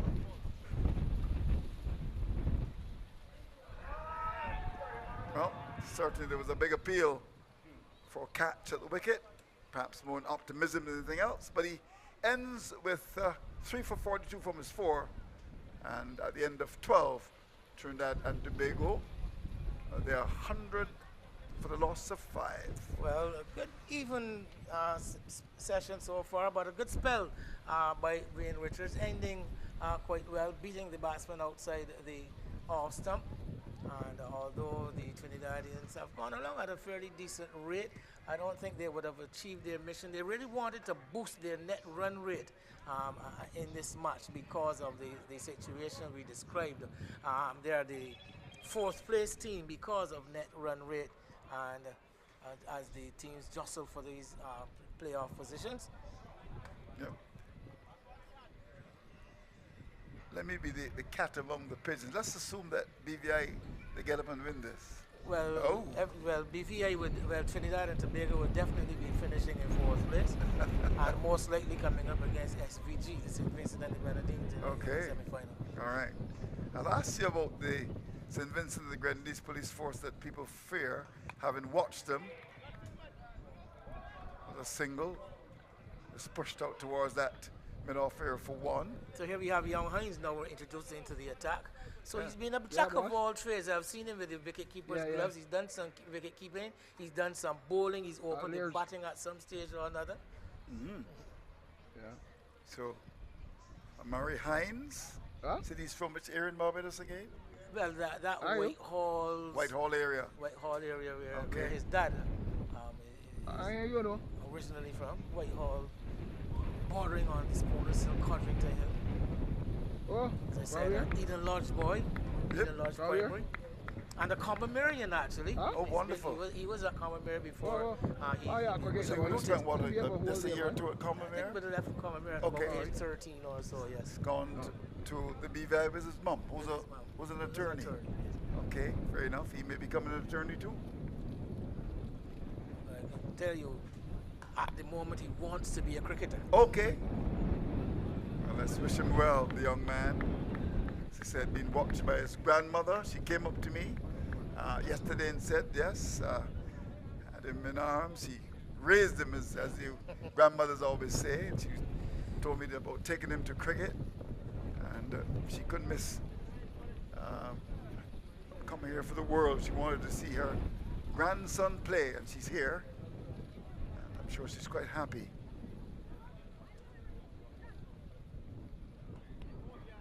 Started pretty well, actually. 3 balls he's bowled. In fact, make that 4 now. Just conceding 2. Would want to finish strongly. Yes, stiffish looking medium pace.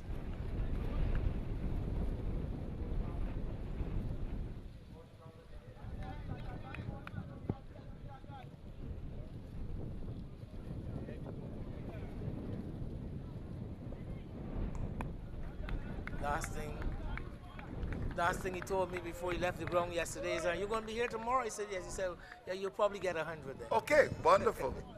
Well, he certainly started very well. He's had, what, 5 balls and just 3 runs. We want to finish strongly. Sometimes that last ball can present problems to the bowler, as we've seen so many times in cricket. Let's see what he'll do with this last delivery. Is it going to be good? Well, it's a wide. There's also the challenge of the left-hander, right-hander to bowl to. Hussein, a much taller man with a much longer reach. So you've also got to bear all these factors in mind. And calls for a lot of awareness. Also good partnership between these two. Some 27 runs. Well bowled. Well bowled. It was full and wide, and his first over just cost 4. So good for the young man from Combermere, Amari Hines. 13 gone. Trinidad and Tobago Police Force 104 for 5. Well, the Trinidadians, I believe, consolidating somewhat. I think they would want to reserve or preserve the wickets for the death overs, which will come out after the 15th over. And they would want to finish strong. So believe this may very well be the all-rounders. Don't know a lot about this Trinidad police side, but I would imagine that number 6 and number 5 and number 7 would be somewhat of the last of the specialist batters. They probably be a couple of all-rounders there in the waiting. And they will be looking at, hopefully they will have the power players there at the end. Trinidad very prominent in this format of the game over the years. The foremost among... That's his grandmother there. Yes. Yeah, so she came to see her grandson. She's watching. Good work by the cameraman to pick her up. Will they look for the second here? Chance for a run out. But he gets back.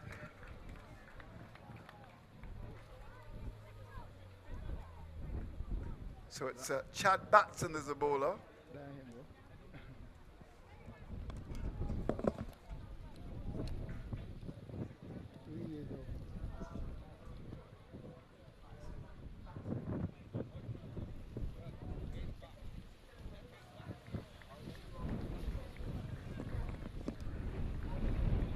Chad Batson is a YMPC man, I'm told. Well, of course, Joel Manners is a YMPC man. He says, I've never seen him yet, but he'll double check that. I'm told that he's a YMPC man, and Wayne Hole is a YMPC man too. So you guys at YMPC should know. That was very wide of the off stump. Andrew, when I left YMPC, Chad Batson wasn't born.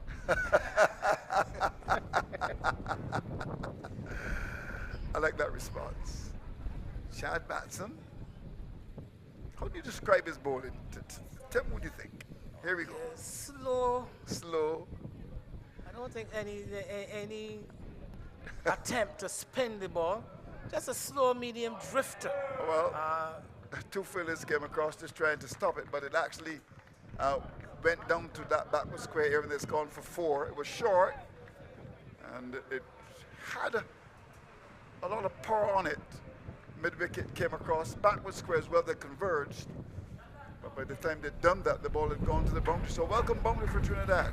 Just slow right arm, probably a bit of variation in pace. And is he an off spinner?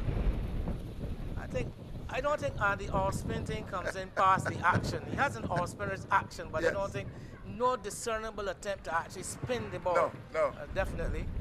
In Bajan parlance, you say he bowls through a pipe. Well, it reminds us of something of your man that you like to talk of Maurice so much. Foster, good old Maurice Foster. But he told me that not turning the ball, he would always get Peter Lashley caught it slip. He always used to enjoy. He said Peter Lashley, as you know, was a big talker. And that's a drive down toward. Oh, it goes through the field at wide.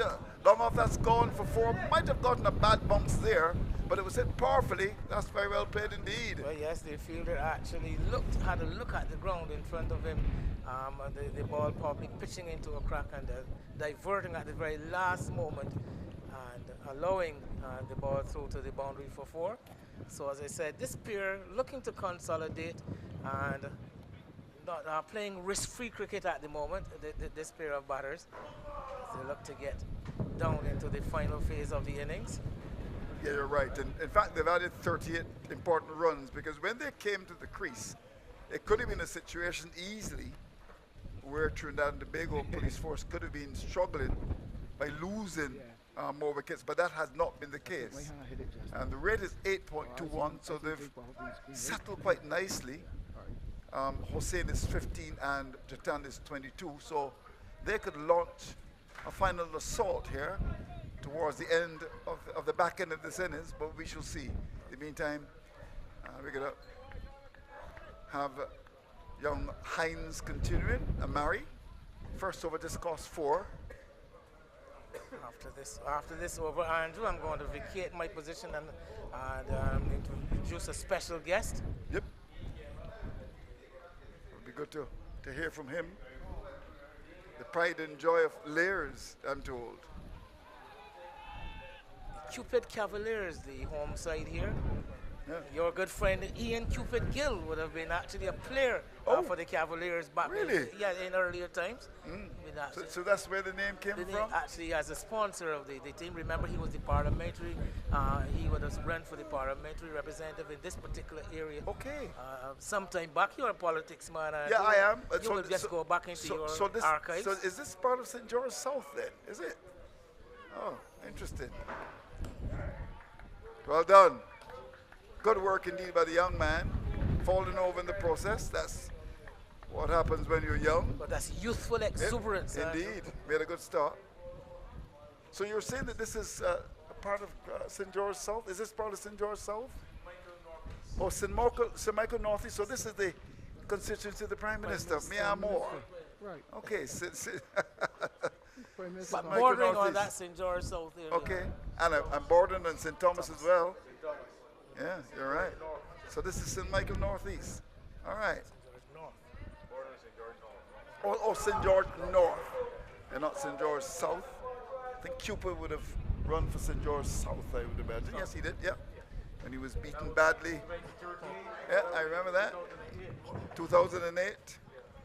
And looks like Esteban Suku won comfortably. In fact, he didn't run in 2013.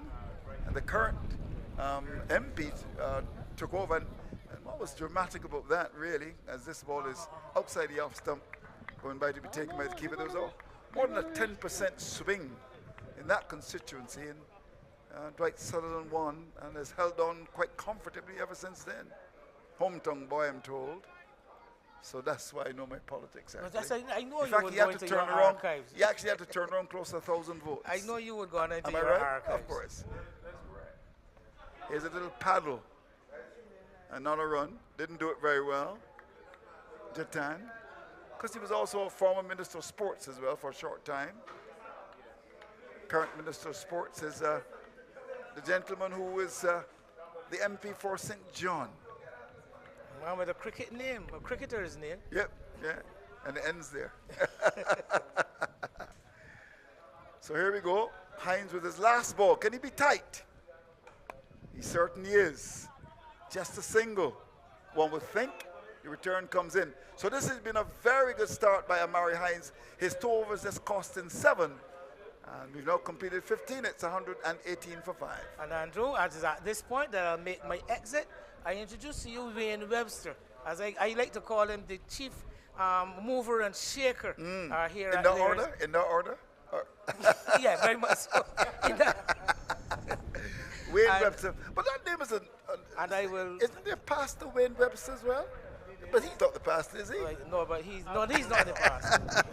But he'll tell you a lot more about himself and about the history of this ground and everything that you may want to know. Wonderful. And so I hand over to him. No. So the action continues. It's going to be Jatan and 24 to continue this good fight back by Trinidad and Tobago. Chad Batson, the YMPC man.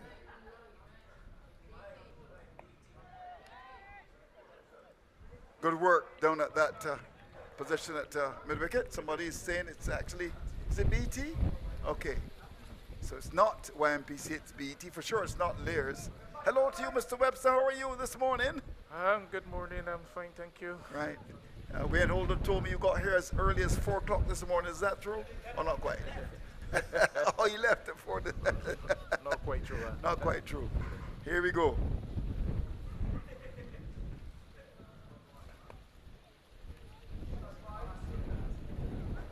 Oh, it's going through. It's going for 4. Well. The ball went down towards the fielder at that long-on area, and he could not stop it. That's gone for 4. And that's naughty, really. That should have been stopped. Welcome runs for Trinidad and Tobago Police Force. They go to 123 for 5. Using his feet, Hussein down the pitch. And coming across, straight through his legs. And that's gone away for 4. Well, we certainly want to compliment you on a wonderful job. You've produced a very good pitch. Mr. Newsom was telling me that he would like to take the pitch across the Caribbean. It's been very good.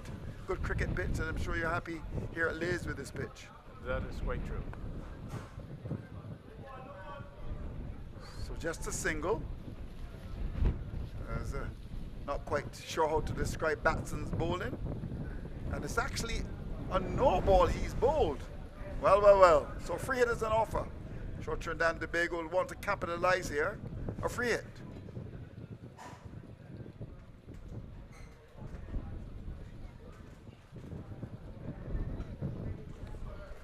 So mid-wicket push right back on the boundary. So just a run. They may look for the second, but won't come for it. So that free hit just produced, and another no ball. Now what is Batson doing wrong? Maybe he needs to go to YMPC instead of BT. Oh my golly, how would you be doing that, my friend? That's naughty. BT no longer exists, so I know. That may be part of the problem. Here's a big swing. Is that a no ball? It is not. So that's a news flash, really. Yeah, see, you really got to get it right. Because those at BT would have gone to Gladiola, no? That's correct. Yeah, indeed.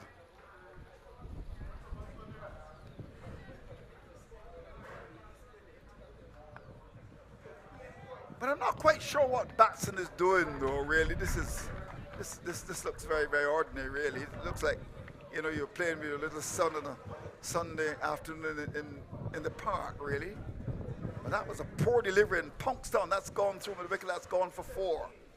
Well, I don't think Batson may bowl again. He's been expensive. He's already conceded 25 from 1 over and 5 balls, and really seems to be a bit of a nothing bowler. Here we go.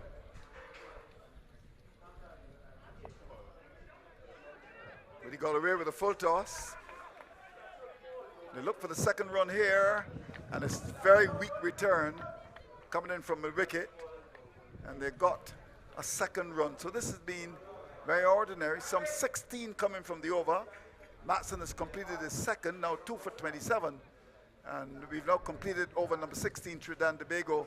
They won 34 for 5. Cupid Cavaliers, Wayne Webster. How did you get the name? I would have to ask this gentleman here to my left, actually. Okay, all right. Because it's my understanding that he's the founder of Cupid Cavaliers, Grantley Austin. Grantley Austin.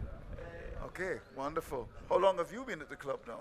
Oh, Wayne? from the inception in 1999. Oh, 1999. Yeah. And I'm told that that you got the land from C.O. Williams. It was Yes, donated from it C.O. was Williams. donated to the community in 1985. 1985. Okay. By the late C.O. Williams to the community, of course. Wonderful. And they did apparently a lot of work here as well. Is that true? Yes, in the initial stages, they laid the outfield into the pristine conditions that you're seeing it now. One, will they come back for the second? They will. I think they recognize here Trinidad and Tobago that the BVI cricketers are really, you know, they're wilting in the in the sunshine here. And Brad, well, he really struggled to get the ball in, and they came back for the second. So this is the happy hour now. They can really launch a serious assault and maybe try to get to 180 here. We shall see. That's it powerfully. And it's gone through. That's gone for 4. Well, again, poor work by BVI. After such a good position, they're just beginning to let it slip here now. Wayne? That is correct, actually. They're wilting under the late order pressure. Okay, indeed. That ball was shortish and hit down to wide long on. Now, where is that fielder? And, oh, he got his hand to it and went behind him. Oh, you wouldn't want to see that in primetime sports, would he? A good comeback by Hines, all pitched up on the off stump. He's been very good, Amari Hines. As we said, been watched by his grandmother. We saw on screen a couple minutes ago. St. Michael man. Driven firmly down towards long on. Will there be a fumble? No. Just a single. So after conceding the boundaries, come back with 2 good deliveries, and we want to finish strongly here. Trinidad and Tobago Police Force with visions of making well in excess of 150. They're now 141 for 5.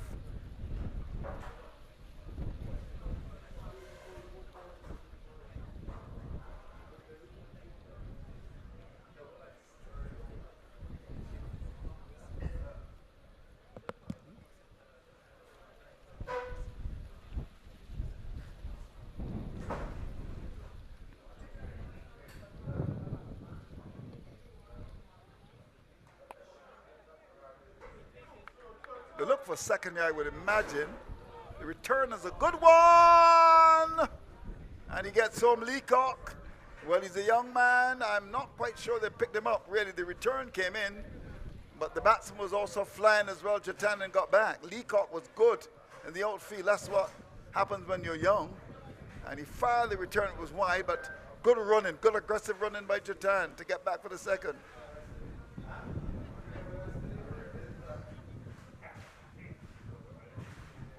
Trying to paddle the ball away. Not quite the Dilscan scoop, but in the end it's a bye conceded. So another over comes to an end. Amari Hines has been tight. He's just conceded 16. So 17 overs gone. Now it's 144 for 5.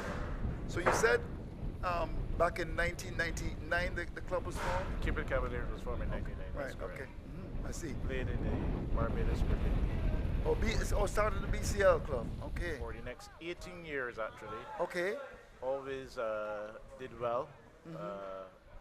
During those 18 years, they probably won the competition 4 or 5 times. They were never below third. Oh, good. Wonderful. In many competitions. And then the transition to the BCA. How did that come about? Well, we were applying for acceptance to the BCA for about 5 or 6 years. Oh, before you actually got accepted? We were actually accepted in 2019. So how come that happened? Well, I suspect that they didn't see your application? That they recognized over the years that Cupid became a force to be recognized. Oh, okay.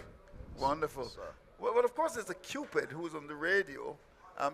He has any, but he's not on the radio anymore. Very popular on Voice of Barbados. He has anything to do with the club? It is my understanding that there was some relationship in Okay. the initial stages, but I don't know the extent Okay. of the relationship. Okay. So Cupid Cavaliers, interesting name. I saw you a couple of years, could be 2-3 years ago, play against my side, St. Catharines, in the second division final at Queen's Park, and St. Catharines had to hold on for dear life. I remember the last pair had to bat for about half an hour. But that is correct. Actually, I remember that game. That's the first year that we entered the competition. And by virtue of the fact that you already had a team in the second division, in the intermediate, sorry, we did gain promotion to the intermediate. Okay. As a result of that.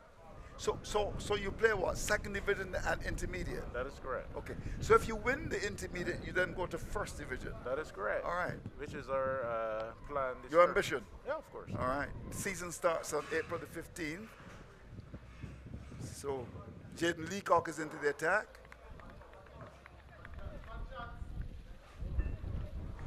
Of course, he is well known. Under 19 cricketer for Barbados. Lots of ability. Good all-round cricketer he is. And good to see him get an opportunity to display his skills. Young Bolden. Emma Bolden is in the side as well. With Captain Leacock at Commonwealth and for the Barbados under 19. He's a bit of a pretty sharpish. They look for a second here and will not get it.